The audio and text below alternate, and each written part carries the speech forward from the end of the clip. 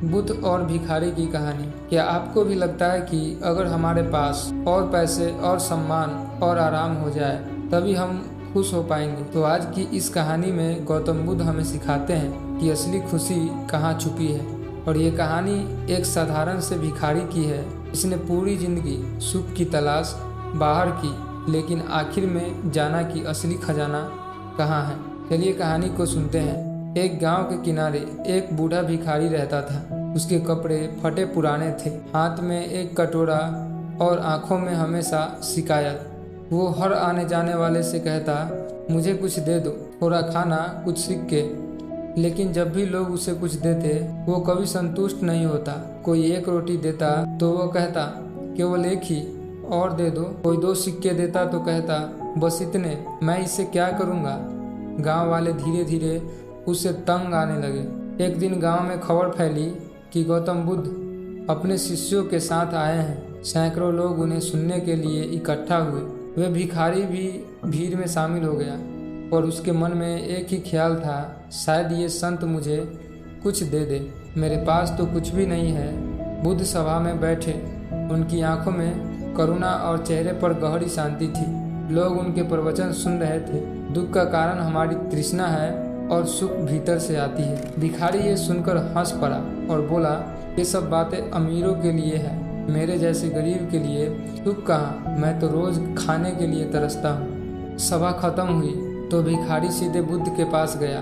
उसने कहा, हे प्रभु, लोग कहते हैं आप सबको देते हैं, मुझे भी कुछ दीजिए, मेरे पास कुछ नहीं है। बुद्ध ने उसे देखा और मुस्कुराकर बोले, सच में तुम्हारे पास कुछ नहीं है? भिखारी बोला, हाँ प्रभु, बिल्कुल कुछ नहीं है। बुद्ध ने कहा, अगर तुम्हारे पास सचमुच कुछ नहीं होता तो तुम मुझे ये कहने की ताकत कहाँ से लाते? तुम्हारे पास जुबान है, तुम बोल सकते हो, तुम्हारे पास हाथ है जिनसे तुम काम कर सकते हो, तुम्हारे पास पैर हैं जिनसे तुम चलकर यहाँ आए हो, तुम्हारे पास मन है जिसे तुम सोच सकते हो। तो बताओ, क्या तुम्हारे पास वाकई कुछ नहीं है? भिखारी चुप रह गया। बुद्ध आगे बोले, तुम्हारे पास बहुत कुछ है पर तुमने कभी उसका उपयोग नहीं किया।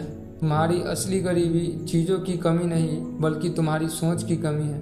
अगर तुम चाहो तो काम कर सकते हो, सीख सकते हो और अपना जीवन बदल सकते हो, पर तुमने हमेशा बाहर मांगा, कभी भीतर झांका ही नहीं। ये सुनकर भिखारी की आंखें नम हो गई। उसने पहली बार सोचा, सचमुच मैंने कभी अपने पास जो है उसे देखा ही नहीं। उस दिन से उस भिखारी ने भीख मांगना छोड़ दिया।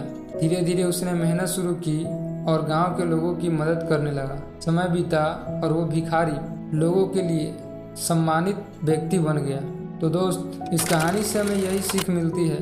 हम अक्सर सोचते हैं कि हमारे पास कुछ नहीं है, लेकिन सच्चाई ये है कि हमारे पास हमेशा बहुत कुछ होता है। हाथ, पैर, मन, बुद्धि, ये सब ईश्वर के सबसे बड़े तोहफे हैं। अगर हम इन्हें सही दिशा में लगाएं तो गरीबी भी मिट सकती है और दुख भी। असली सुख बाहर नहीं, हमारे भीतर है। धन्यवाद दोस्तों।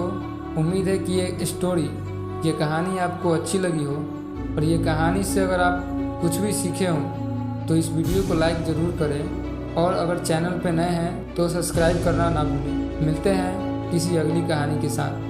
धन्यवाद दोस्तों।